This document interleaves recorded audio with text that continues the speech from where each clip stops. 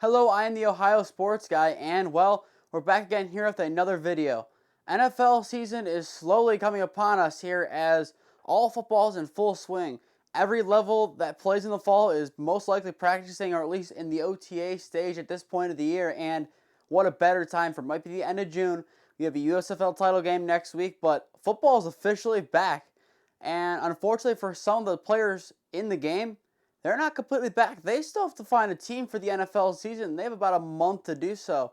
So today we're going to look at some of the players who are left in free agency and asking ourselves, where are they going? All right, let's go. Teddy Bridgewater, Las Vegas Raiders. Well, I mean, this one kind of makes sense for the sense of being a backup quarterback.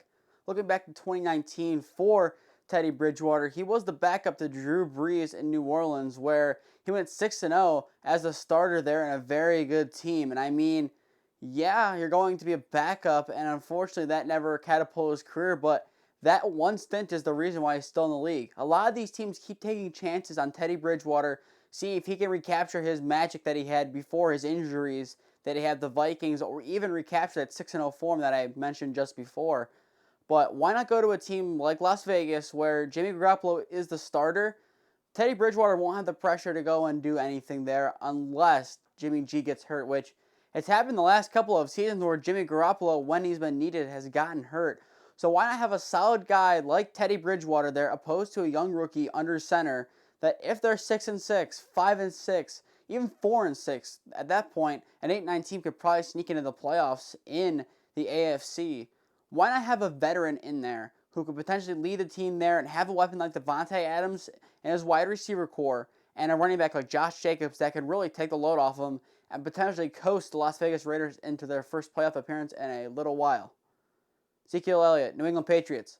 Well, this one makes sense since they cut James Robinson. I mean, having a 1-2 punch at running back is key in the game, especially as you're going to start getting more and more of bigger guys playing on defense. You have more guys like Micah Parsons and TJ Watt, along with Myles Garrett, who they hit hard, and those hits are going to try to deteriorate running backs. I mean, look at Ezekiel Elliott. This, what I believe would be year 7 for him, and he is no longer the workhorse running back he used to be. I mean, for the first 4 or 5 years of his career, yeah, he was doing well, and then Tony Pollard comes in, and Ezekiel Elliott isn't as needed as he was anymore. I mean, even another guy who'll be mentioned later, Leonard Fournette, 2017 draft class, he's been bounced. Dalvin Cook, he was actually the next guy, or actually after DeAndre Hopkins on this list, he got bounced from the Vikings. A lot of these running backs are finding themselves out of homes. So why not go to a 1-2 system, take the workload off of Ramondre Stevenson? And I mean, New England has good experience with veteran running backs. James White and LeGarrette Blount exhibits A and B. Why not go and take that role for Ezekiel Elliott and help Mac Jones salvage career in New England by taking the load off of him? DeAndre Hopkins, Cleveland Browns. Self-explanatory this. I mean, he met with a couple other teams. Has anything happened yet? Not that I know of. So why not go and reunite with Deshaun Watson in Cleveland? I mean, it's a win-win for both parties at this point, because DeAndre Hopkins, he needs a team, and he won't be the number one option there. Amari Cooper has solidified himself in that role. If he can go be a receiver too and not get double-teamed by some of the game's best corners, he could have a sneaky 1,000-yard season, and that could put him back on the map and give him another shot in free agency to get the bag that he wanted to get this offseason after getting cut by Arizona. For both parties, it's a no-brainer. Dalvin Cook, Buffalo Bills.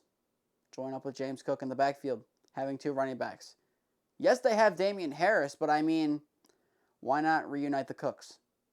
It makes sense. Next, Kareem Hunt, Jacksonville Jaguars. I mean, once again, a running back 1 and 2, this is what they need. Don't get me wrong, Tank Bigsby could be this in a limited role. I mean, we saw James Robinson in this exact system be a running back 1 with over 1,000 yards in the 2020 season, if I'm not mistaken it was. So why not get an experienced veteran like Kareem Hunt into that backfield with ETN and the speed options that this team could run? I mean, you even flank out ETN to a receiver role and have him there and have Hunt in the backfield for some plays. The versatility that Doug Peterson would then have in his backfield would be insanely good, and honestly, that could be the missing piece to get them that step closer to an AFC Championship game in what is basically, at this point, for the last couple of years, a 2-horse race to get there between the Bengals and the Chiefs. Why not give yourself a better shot to get past the game you lost in last year and get back to where you were in 2017, just minutes away from a Super Bowl appearance? I mean, win-win for both sides. Julio Jones, Kansas City Chiefs. I mean, he hasn't gotten his ring yet. He almost got it if he didn't blow a 20-3 lead with Matt Ryan in 2016. Why not go get your ring in Kansas City? Patrick Mahomes is always looking for some more weapons to throw the ball to. He'll find a way to get Julio Jones in, and obviously, this isn't the Julio Jones of 2016 anymore. I'm not going to sit in front of you and say, oh, he can be elite and get 1,000 yards. I think those days are gone for Julio Jones, sadly. His prime is done. I think going to Tennessee was kind of the wake-up call for the NFL saying, okay, Julio Jones is not the guy that he once was. So honestly, he can go to a team like Kansas City, even a young team like Houston, and potentially make an impact there, whether it be in Houston developing a young quarterback or in Kansas City winning a Super Bowl. I mean, it makes sense, and it gives him another year of his career. Jarvis Landry, Houston Texans. Kind of what I said before. You can honestly flip these two guys. Going into this, I had him flipped, but send Jarvis to Houston. I mean, C.J. Stroud could use another weapon. Looking at his receiver core right now, he has Robert Woods, who struggled last year, but is a veteran. Nico Collins, who, he's there. If I play Madden with the Texans, he's there, and he grows a couple overall. That's about it. And John Mechie, who's going into basically what will be his rookie year. He could use some more experience. I mean, looking at who he's used to throwing the ball to, he's had the likes of Jackson Smith and Jigba, Garrett Wilson, Chris Olave, Marvin Harrison Jr., even Emeka Imuka over there for Ohio State, a receiver U. So why not get him another option, a veteran who knows the NFL and can help C.J. Stroud bridge the gap and potentially be up there as Justin Fields attempting to break the Ohio State quarterback curse in the NFL. Taylor Lewan, nowhere. Okay, this is the exception to the rule. I have Taylor Lewan sitting out the 2023 season. His knee injury last year, really early in the season, he got hurt, ruled him out for the rest of the year. I mean, he has nothing else to prove. He's with the Titans for his whole career, had a little solid career. Unless he has the desire and hunger to go back out there, the only teams, go to a contender, but their left tackle spots seem to be at least decent.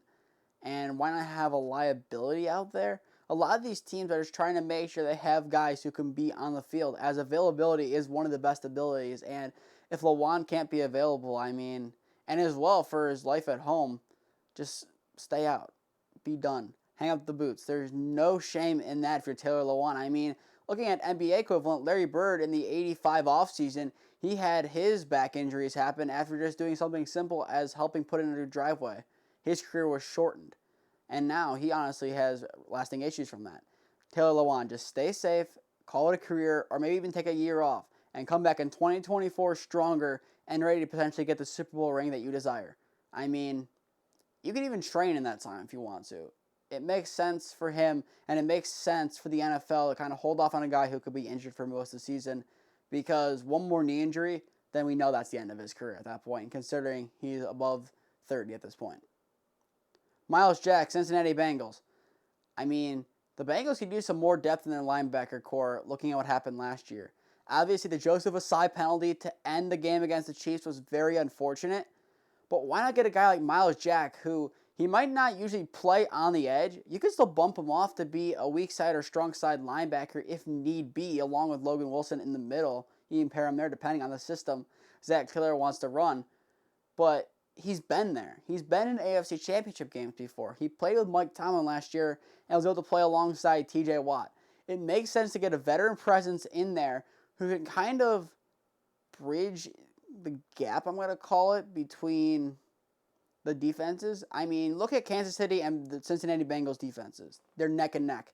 Getting Myles Jack could be that last piece to push them over the edge, because look at this matchup. Joe Burrow and Patrick Mahomes, they're going to go push for push, field goal for field goal, touchdown for touchdown, acrobatic play for acrobatic play. We know this. It's going to be a shootout anytime those two quarterbacks play.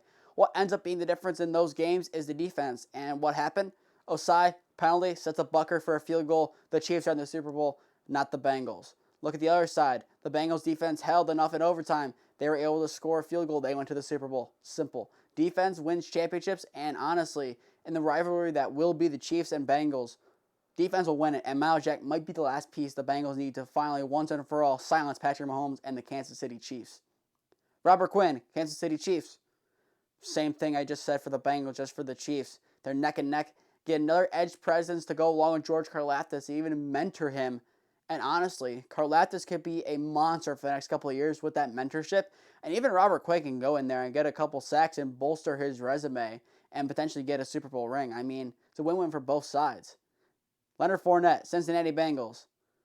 I'm going to go back to the Super Bowl for this one. It's the fourth down play, and Burrow throws a check down essentially to Samaje Perine. It's behind him. The game ends. The ball was kind of close to Samaje Perine. Not saying it's his fault, but maybe get an experienced guy like Leonard Fournette who knows what it's like to be in a Super Bowl in these big games, and maybe things are different. Samaje Perine's gone. He doesn't matter anymore. He did his job. He was solid filling in for Joe Mixon when he was injured. And that's another layer to this. You're not signing Leonard Fournette to be your workhorse running back or even a running back too. You're signing Leonard Fournette for playoff Lenny. Because if he can go into a game with Joe Mixon, knock on wood, hopefully he doesn't get injured, but if he does, you have a solid running back too who could probably get you 150 yards in a playoff game like nothing even happened. He could probably go a whole year without playing and then boom, playoff Lenny's alive. That's just the player that Leonard Fournette is, and honestly, he wants ring number 2 and he can help the Bengals get there. I mean, both sides, it's a win. How did he end up in Tampa Bay? He wanted to go to a contender. Do the same thing, go to the Bengals, accept your lesser workload, and try to keep working off the bus label that's been bestowed upon you since basically the end of the 2017 NFL season. But with that, that'll take us to the end of the video. Thank you for watching. Do you agree with these locations that I had these players going to? Let me know down below if you disagree. Will I get any of these predictions right? Probably not. Is there logic behind these predictions? Yes, there is, but that doesn't matter in the grand scheme of the NFL. Please subscribe, like, and share. And until next time, this has been Ohio Sports Guy. Have a good day, everyone. Peace.